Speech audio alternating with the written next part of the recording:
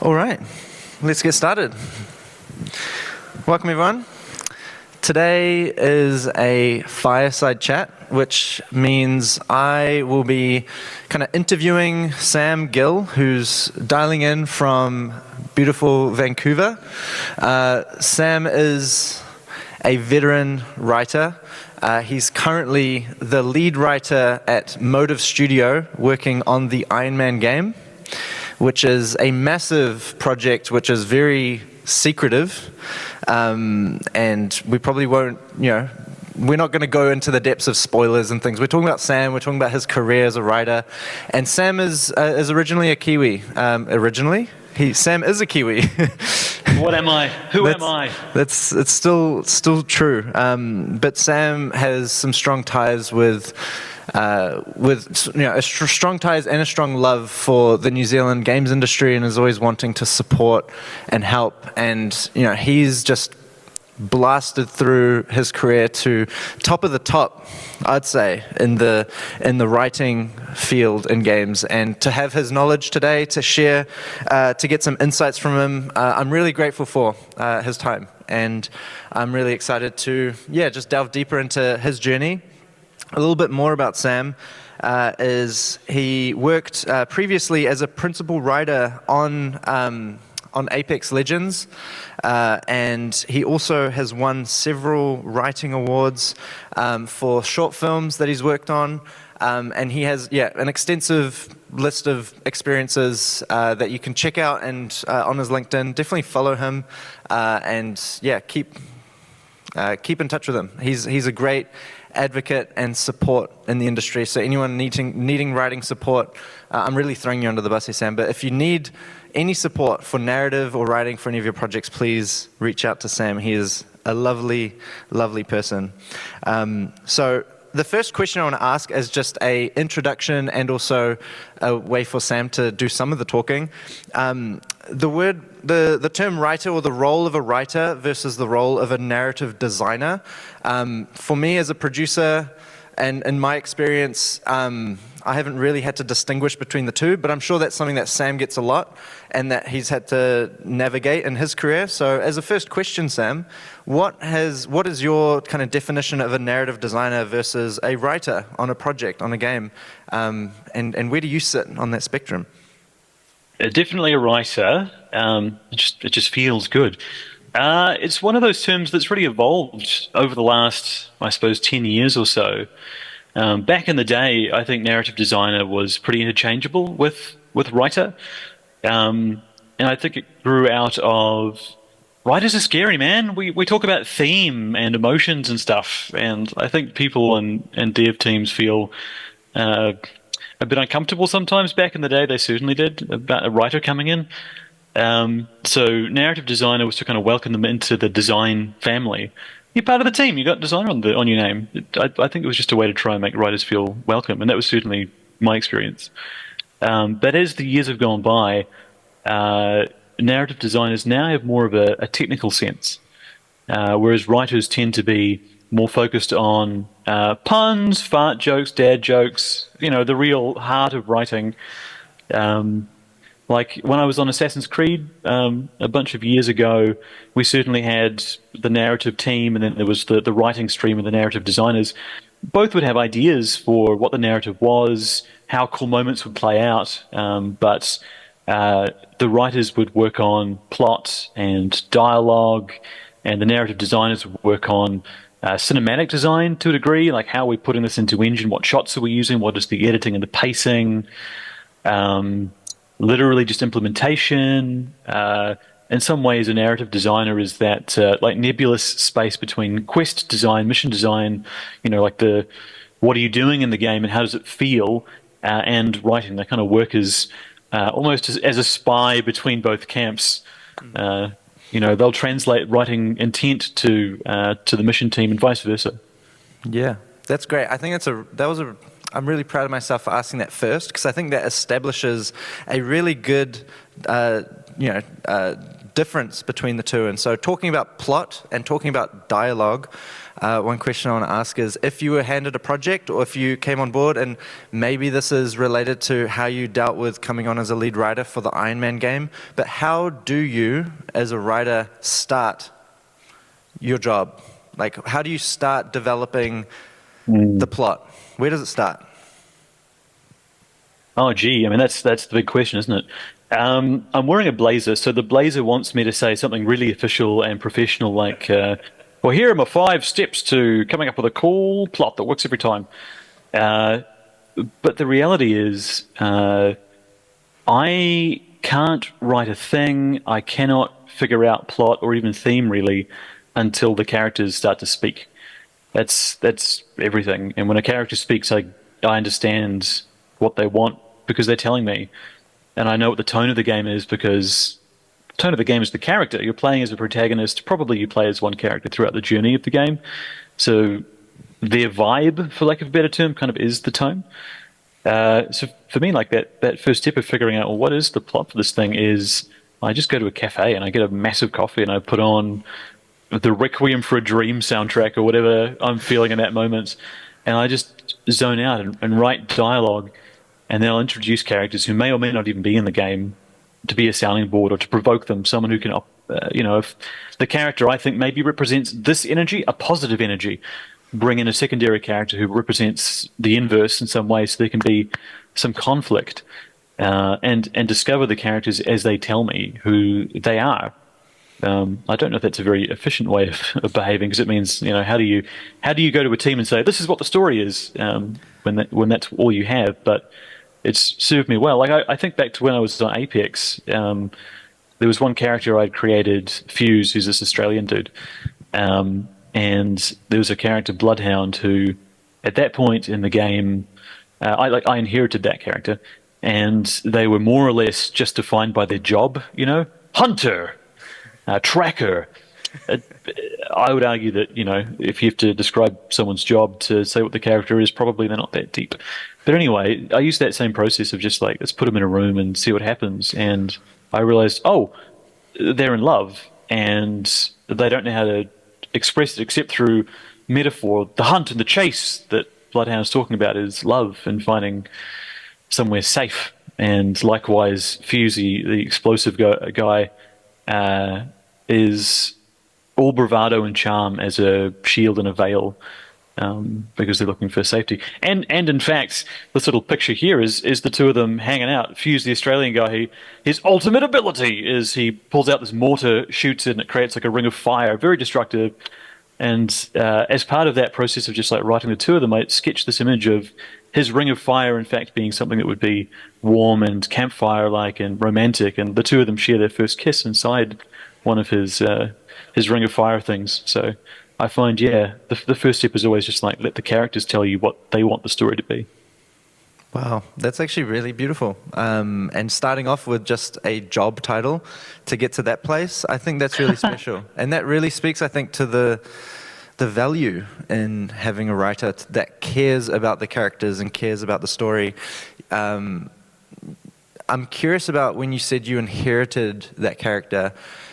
And I imagine with games more so than any other medium, when there's so many different departments that are involved in the development, how often is it that you come up with the character from the very beginning, as opposed to, like you said, the job title being defined or the game mechanics of that character, or even just the vision holder, game director having a concept of the protagonist and you having to build off of that? Is it often that you get to start from square one, or are you always inheriting it in some form? Good question. Yeah, you'd think that at some point, if you've been doing it for 20 years or so, that you would get a chance to work from that first tile and then build out. But it's pretty seldom the case. Games are very iterative, and the process of making them, certainly making like a quote-unquote big game, involves so many steps. Usually it's just a producer who has that initial first pass in an attempt to get a little bit of money to develop what the game might be. Usually, it's a producer, maybe one like early creative director who won't necessarily see the whole project through, but they'll kind of incubate. And so there'll be that version, and then if they get a green light at that stage, it might grow out into the directors, and they'll do like paper versions of what the game might be.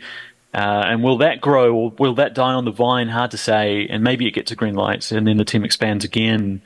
And then you might start bringing in a narrative director or a lead writer.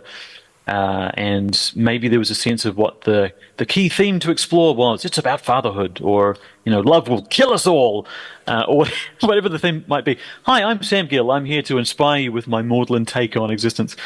You know, so inevitably you're coming in once the thing has been rolling for some time, and honestly, that's kind of ideal because often writing. I don't mean game writing, but I mean writing as like a career is so contract based, and okay, in the last 3 years there's been just an incredible amount of layoffs, and it's not as stable as it once was, I'm sad to say.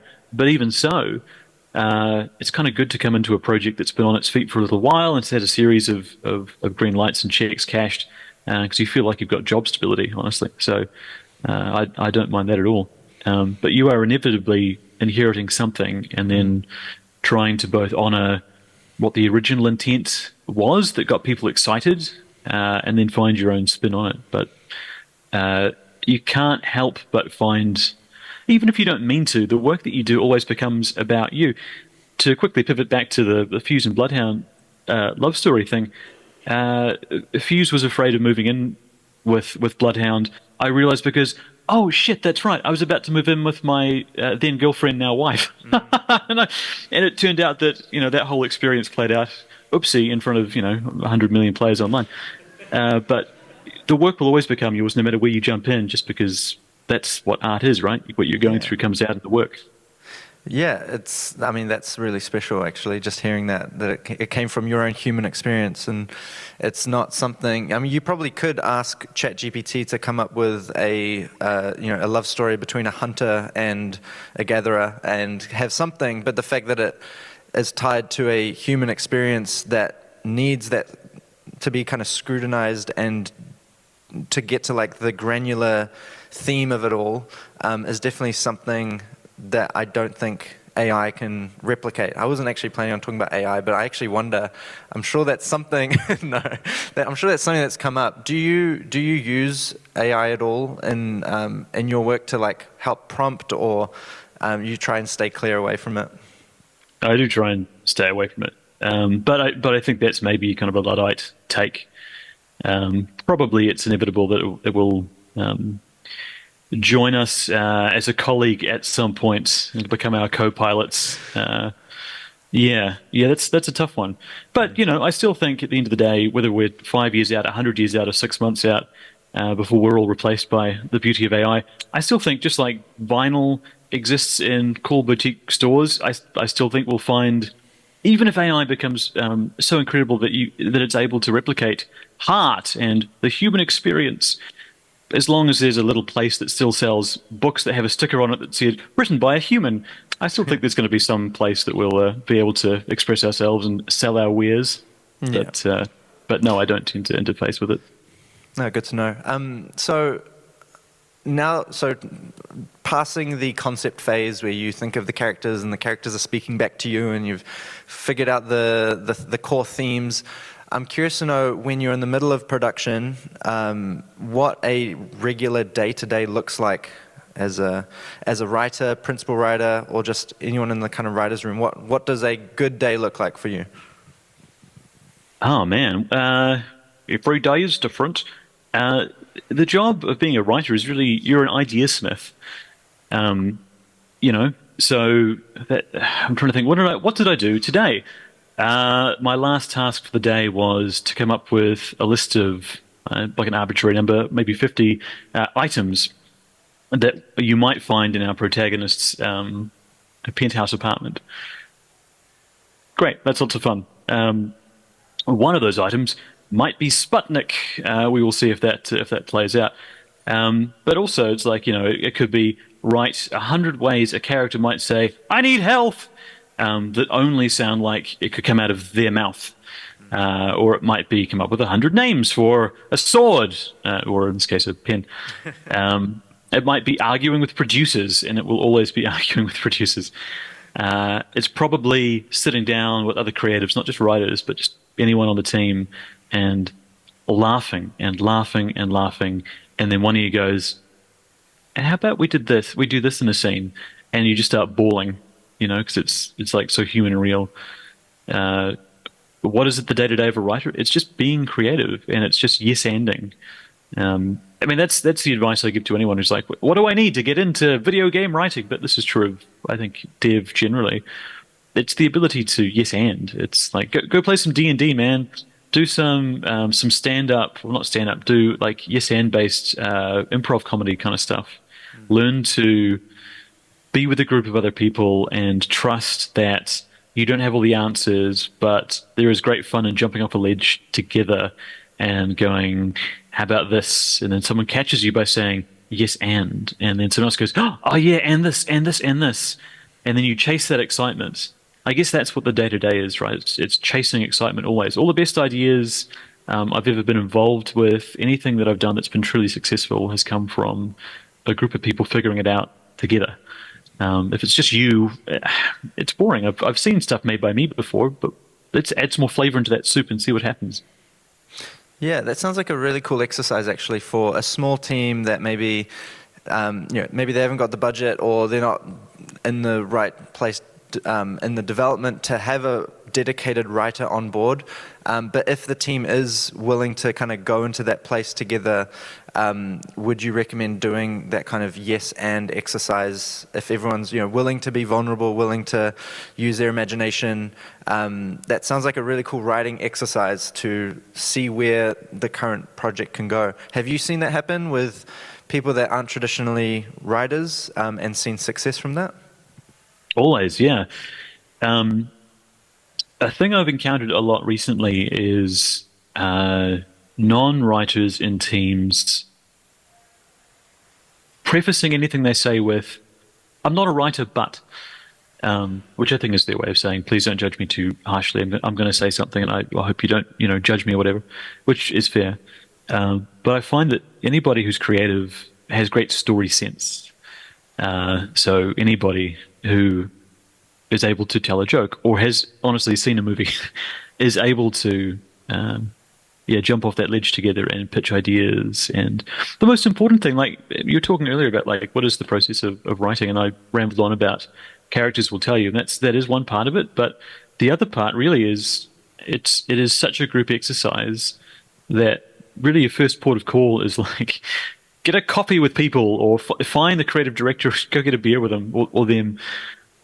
It's relationship based, and the most important thing is getting into a place where everybody feels safe enough to pitch the dumbest idea, because there isn't dumb ideas, there's just bad execution of ideas, right? You can say the dumb thing, but there'll always be some kernel in it that's of use or of value. So the first thing I think you should do is develop those relationships so you feel safe enough to say the stupid thing, and know that hopefully the next person will go, that's interesting, I wonder if ... Yeah, that's awesome. I'm curious to know if you have, through your experience, developed, like obviously it's hard to pinpoint how to start, and probably the same as when it ends. It could probably never end because there's always the ability for new ideas to change things. Are there still stages in the development of a narrative that you feel like ring true, whether it's the first act or the first 3 acts being in a draft state? Like, is there anything you can speak to as to the process so that it's not just ambiguous and all over the place the whole time? Like, do you have any structure that you follow? Oh, structure. Oh, man. You sound like a producer. You are a producer. There is, of course. Yeah, of course there is, yeah. I like to start very zoomed out, and then it's a case of zooming in as the years go by, or zooming in as elements at a particular layer click and become true. what is the theme? It's a really good place to start. Although, if I'm being honest, you might not necessarily find that perfect sentence that describes what you're exploring until you're working on the DLC or you're, a year after release and you're dropping some patches or whatever. But usually there's an energy that you can lock into. And it might be as simple as family, or it might be something much more specific, a take. Without family, you can't heal or something like this. Zoom in a little bit more. Okay, great. Now we've got a theme. What are some characters that might be able to explore that for us? Who's a character that can embody that theme as correct and true? And who's a character that can explore the inverse of that to create some drama? And where does our protagonist sit along that spectrum of theme is true, theme is not true? Great. Bios. Zoom in a little bit more. Now, plot. What is a crucible that we can create that will test the character's growth? What do they need? What do they want? In my opinion, usually is tied to theme, some sort of lesson for them or for the audience. What's the ultimate test of that? How do we really challenge if that character has grown? And that becomes your act structure. And then zoom in even more. Okay, let's get really specific about beats.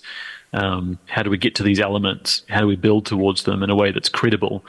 It's a big part of the day-to-day conversations that you have as a writer. Idea generation but is that credible? Is that going to hold up to scrutiny? And the more you zoom in, the closer you get, the more detail you add to an idea, the harder it is for an idea to be credible. It's very easy to hand wave shit away when you're really zoomed out. Beats and then scenes and then release party. I think that's the process. Have you ever felt like a story's been done and complete and you haven't wanted to touch it again? Have you ever felt that in your career? Ba-dum-bum-ba-dum-bum-bum-bum. No. No, because the longer you spend on a project, the more you fall in love with that world.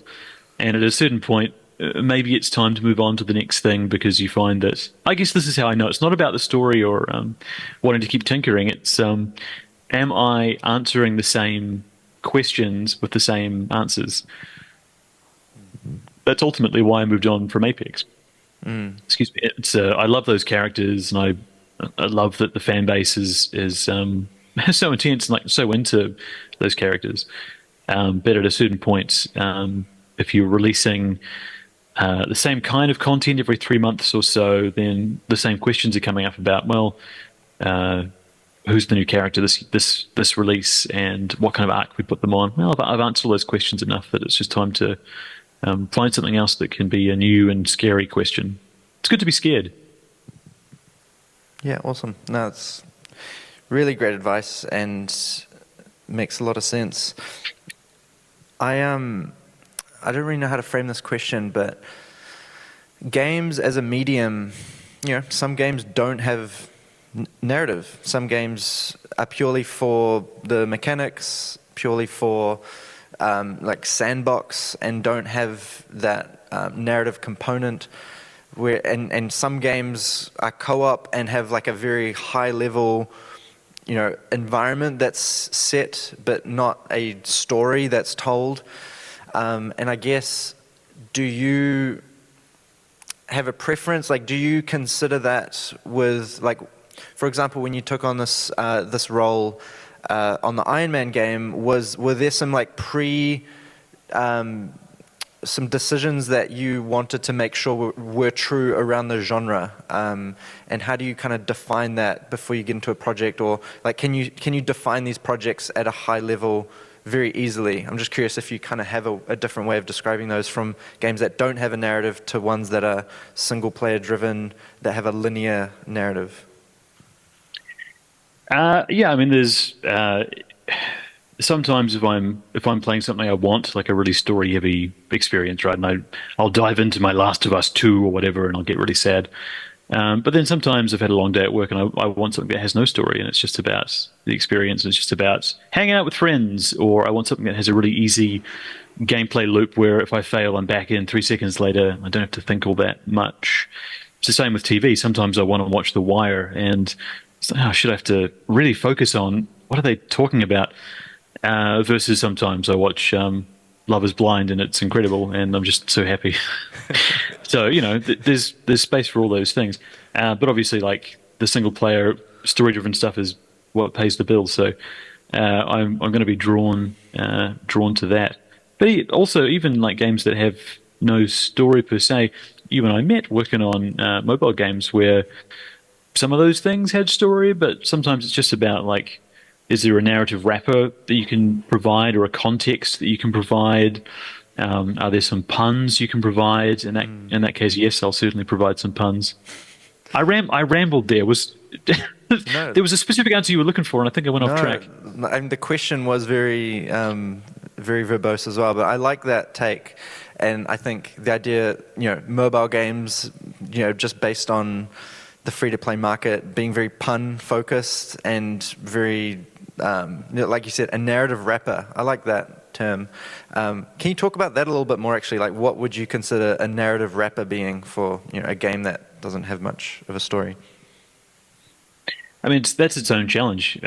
Sometimes I would think that I was less of a narrative designer when working on mobile games and more of like a justification officer. And so I would think of myself, because often it would be like, well, we got these elephants, but what they're being fed are stars. How does that make any sense? So trying to figure out how to make that all kind of click in a way that that doesn't drive players insane or make them kind of scratch their chins was always a laugh. But in some ways that comes down to tone too. You're trying to create a vibe. If it's a cartoony thing, then it doesn't matter if your elephants are chugging down stars. Yeah, it's just cute and fun. Yeah. You jump in. Yeah, I just another interesting question is around IP, and as a writer or someone in the narrative team, inheriting a project or starting a project that is using an IP as a foundation, I guess inheriting that IP, what your processes or advice is for handling that in the best way, because I imagine you might not be able to change much. There might even be a story already decided. But what's your advice for dealing with IP in games? Research. It's your first port of call, and it's kind of your last one as well. You've got to know the IP better than the most hardcore fan online, because they're the person who'll come after you if you fuck it up. We did My Little Pony back at Game Loft. Wasn't necessarily my cup of tea, but it had to be my cup of tea because that's what I was writing. So now I love Fluttershy. It's you got to love it. Yeah. If you're doing an Assassin's Creed, you got to play all those games, however many it might be. It might have been 11 when I joined. And not just the mainline stuff. You got to do those side ones that only exist on some weird system that doesn't exist anymore, Game Boy or something.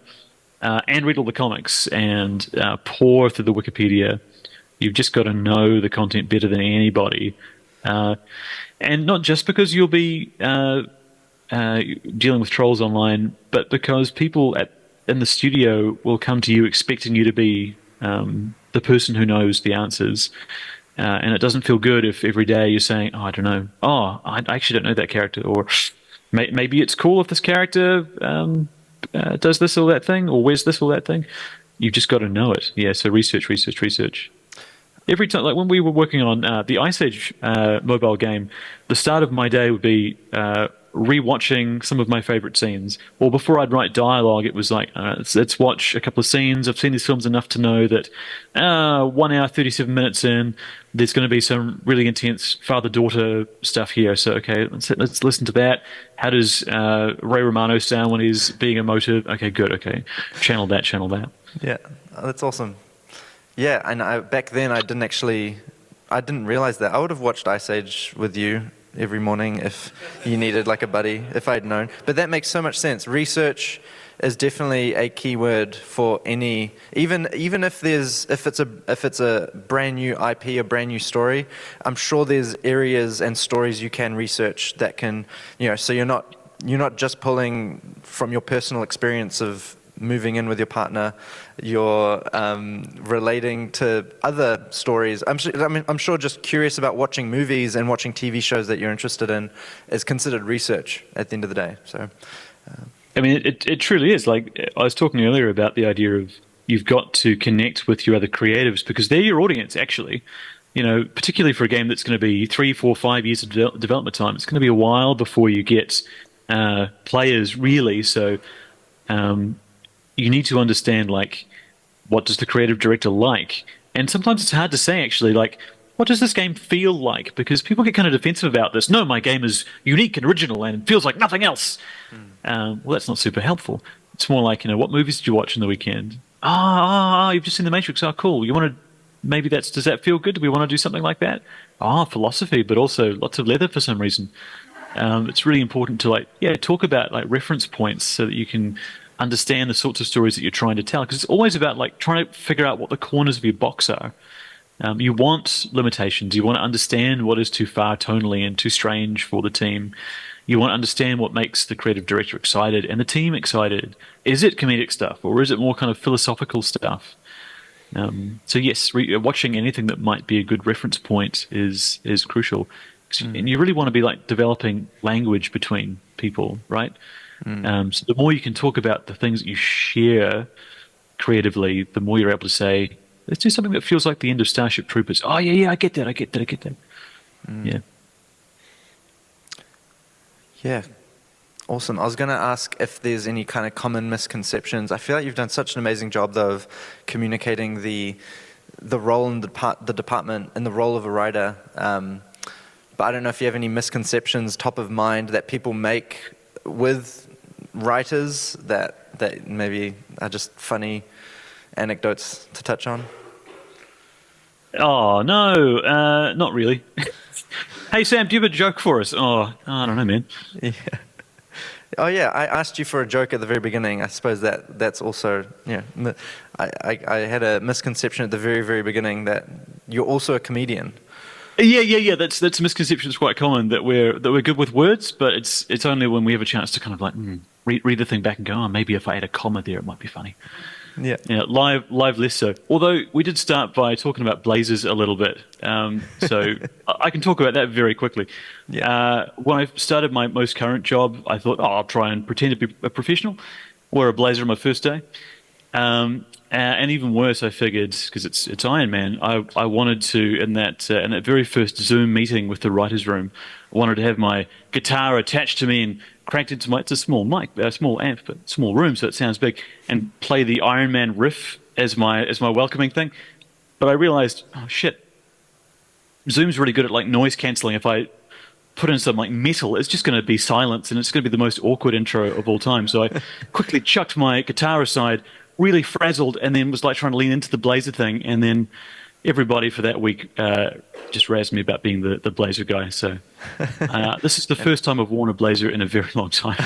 I've blazer trauma. Now you're the blazer guy to everyone in Wellington and NZGDC. Hashtag blazer guy.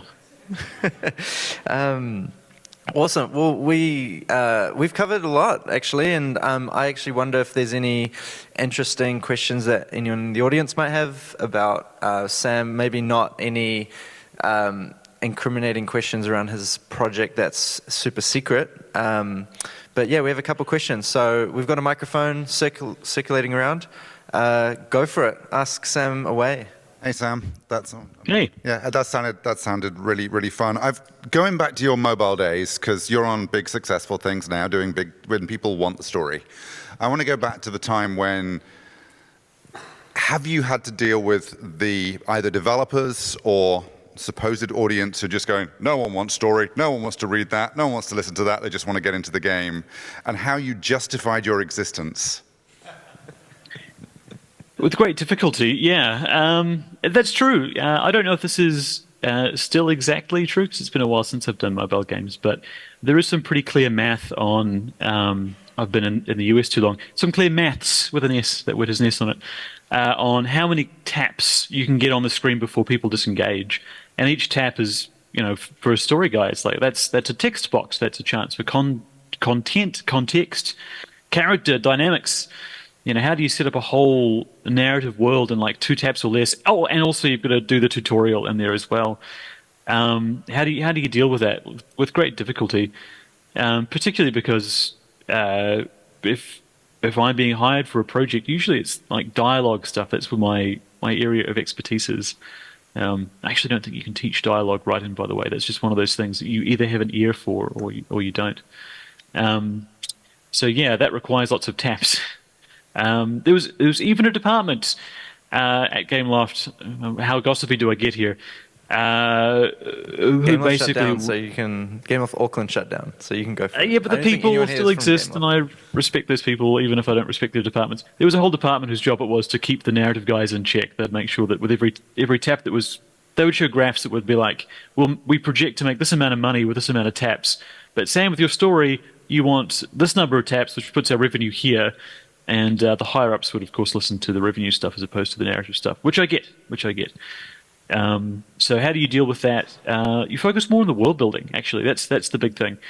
You focus on like how do you create something that feels good without using dialogue or even character, because narrative's everything, right? It's the art style, it's the music, it's the vibe, man. And if I'm being really honest, how do you deal with it? You move into something more story focused. Awesome. Where's the microphone?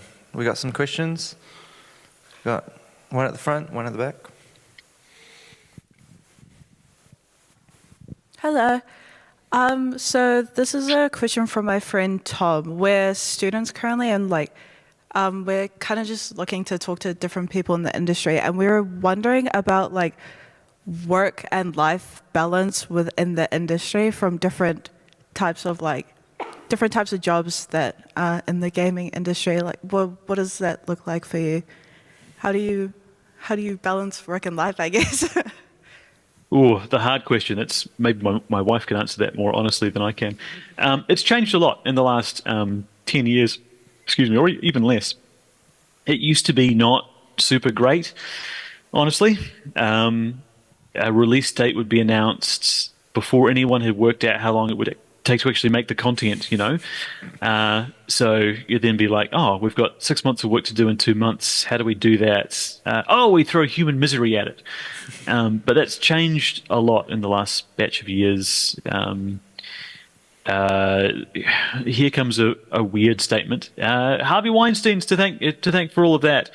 Now, when people are toxic and asking more of you than they should, or just being kind of predatory, there are ways of exposing those people, and there are consequences for those people. And certainly Ubisoft, who I worked for a while, were guilty of some of those pretty horrendous things.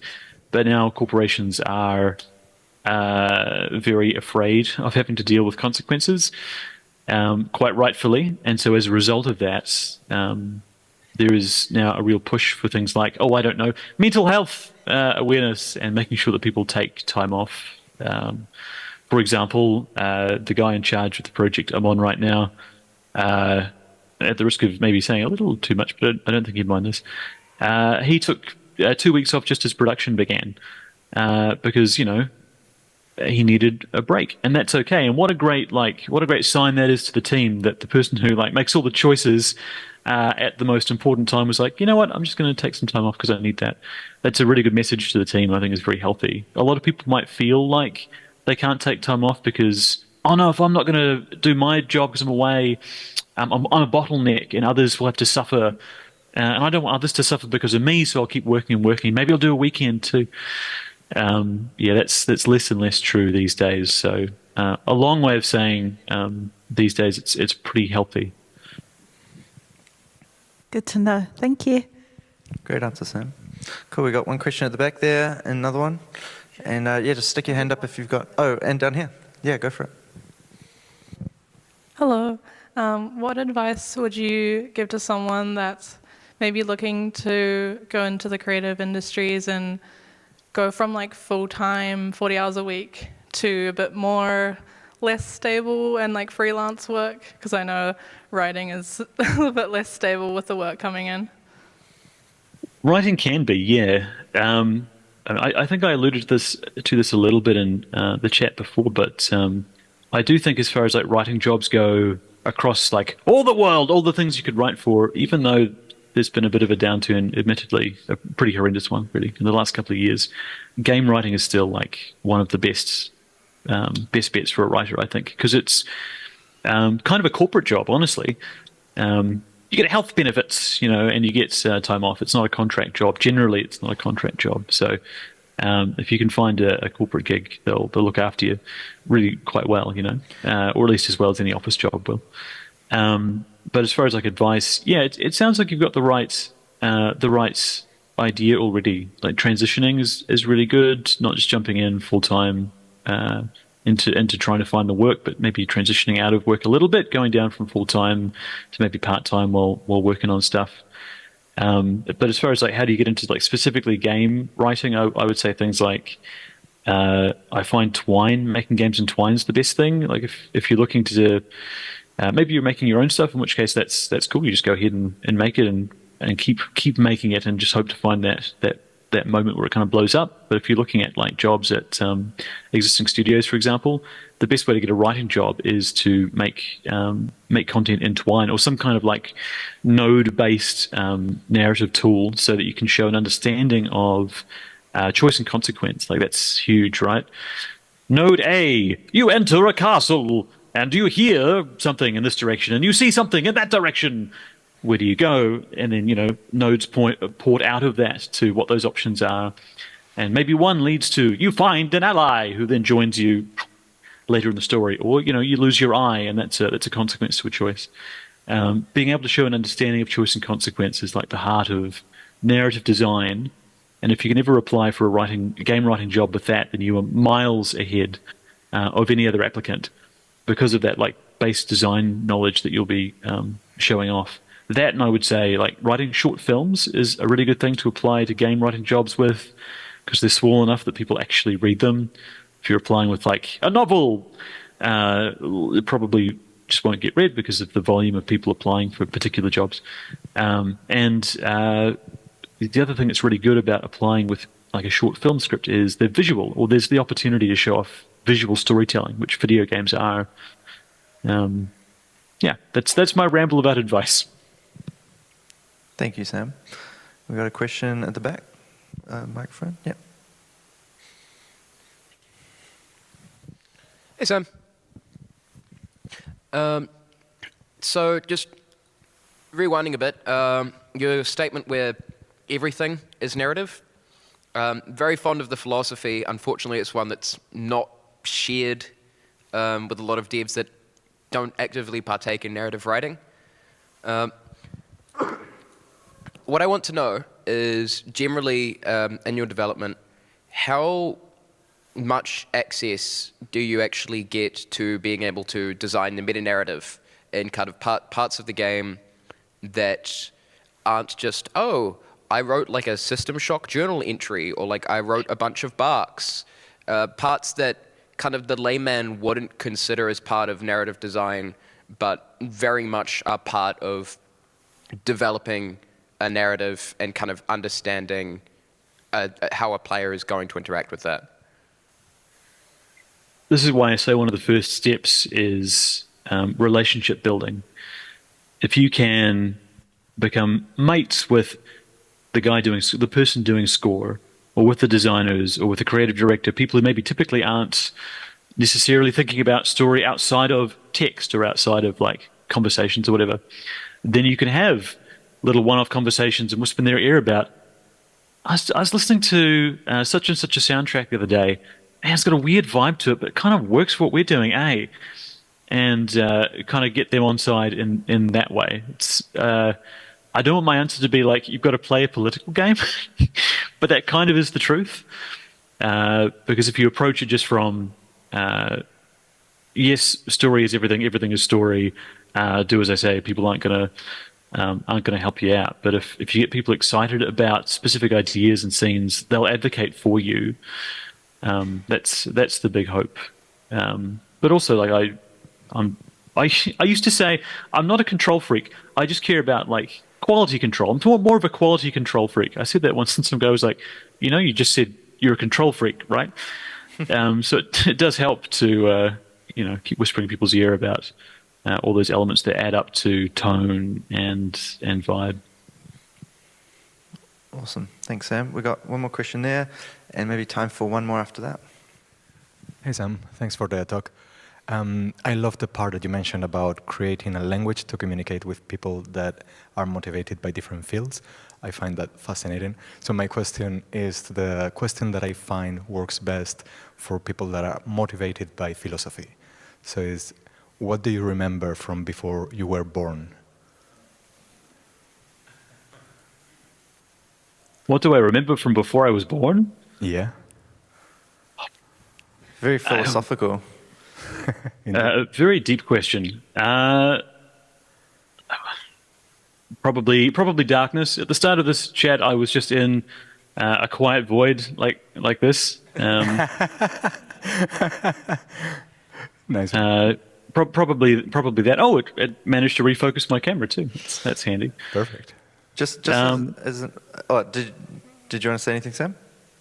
No, if you're going to jump in. As an addition to that, I do wonder in terms of philosophy or religion as well, do you subscribe to any kind of deep, do you find a lot of your inspiration from some of these texts that, can have spanned hundreds, thousands of years? Do you often, when it comes to researching, is that an area that you go deep into at all? No, not really. It's important that the project tells you what it wants to be, I think, and sometimes I worry a bit about too much outside influence. It might be kind of an arbitrary thing you're trying to force onto the project. All I care about, as far as philosophy goes, is simply irreverence is where creativity lives. That's what I care about. Everyone in a writer's room needs to be respectful, but also, I mentioned the anecdote earlier about, my first day I was absolutely creamed because I was wearing a blazer.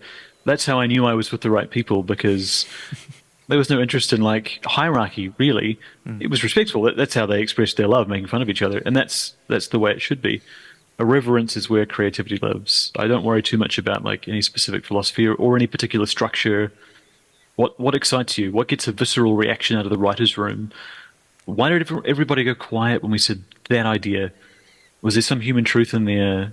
Did that feel right? It's sort of an esoteric answer, I guess, but all that really matters is vibe, man. Awesome. We've got one question at the front. Is there another question as well? So last two questions, and then that's all the time we have with Sam today. Kia ora, Sam. The poster on the wall, Fetch, obviously a great film. Do you have aspirations to make more films? I believe I recognise that voice and that's beret. Always. I just want to tell stories, I've been very lucky with the career I've had in video games, and I think that affords me the most opportunity to tell story and on the largest canvas and to the largest potential audience, I guess. So that really is where the focus is. But I'm always working on something, particularly something animated, right? Because the best thing about animation is also the worst thing. The best thing is I can get a team moving and they can be working on a scene and I'm living out my life and doing the day job, and then a week later or a month later or a year later, they come up with, here's what we're thinking, and you just adjust. So it's a bit hands-on, and it's, hands-off, and it's, it just takes time. So I'll always be making, things like Fetch or whatever the next thing might be, but, for now the creative energy is in the video game space. And I will say, the project I've landed on now, it scratches an itch that other projects haven't for a while, because it is, it's a biggie, and what excites me is diving in and giving just every ounce of my creative being to one particular thing for years and seeing what that can yield. We'll know soon enough if that's been a worthy pursuit. I can't imagine you'd have any time for hobbies when you have to read every single Marvel comic with Iron Man in it. There's probably thousands at this point. But I'm sure you want to do that level of research. I mean, yes and no. I mean, I will say about IP generally, you've got to know it better than anybody else, as I was saying before. But also, you really can't be. It's good to be heretical, about content. It's good to know what an IP stands for and what's worked in the past and what hasn't worked in the past. But it's also good to play against expectations sometimes too, to some degree. It's like genre, right? Genre kind of exists to guide expectation of what a person may want in certain content. Is it a romantic comedy? Well, there are certain things that you're going to expect in that, but also because there are expectations within that genre, you can kind of play against them as well. I think that's true of IP. The one thing never to fuck with, though, if I may, is character. Character is the thing you just kind of have to be very careful about, because people connect to that more than they do worlds, I think. It's good advice. We have 1 minute left and one question left. So it might be a bit larger than a yes or no question, but we'll find out. Hi, Sam. Thank you. I just wondered, other than your own games, what are the games that you love in terms of beautiful narratives that inspire you as a writer? What should I be playing, or everyone here be playing? Oh, man. Disco Elysium was certainly the best narrative experience I've had in 100 million years. I can't imagine the number of words that are in that thing. It's just, that's a finely tuned watch. Perfect, perfect, perfect. Something I go back to every couple of years is the Broken Sword point-and-click games, which really introduced me to the idea of, games have as much cool storytelling as any kind of movie does. Gone Home is one I play all the time, once a year probably. It's so easy, it's so fast, but it nails tone. And it's a game I use to introduce non-gamers to games. People sometimes think that video games are either just Mario, or there's some version of like Doom from 1990, whatever that was, 6 maybe. But there is art to be found. Games are an art form. So yeah, Gone Home's up there. Myst is one I play probably annually. MYST, that like OG first-person puzzle kind of solving game, because it just nails vibe better than anything did at that time. Yeah. Great. We're going to have to wrap it up there. We've run out of time, but thank you so much, Sam, for your time. Thank you, everyone, for attending. Pleasure. Really appreciate all the knowledge. Round of applause for Sam. Thank you very much. And honestly, you find me on LinkedIn, chat, message me if you've got any questions. I really am always happy to respond, or even talk on Zoom. Yeah. Sam Gill, LinkedIn, connect with them. Thanks, everyone. Enjoy the rest of your day. See you, Sam. See ya.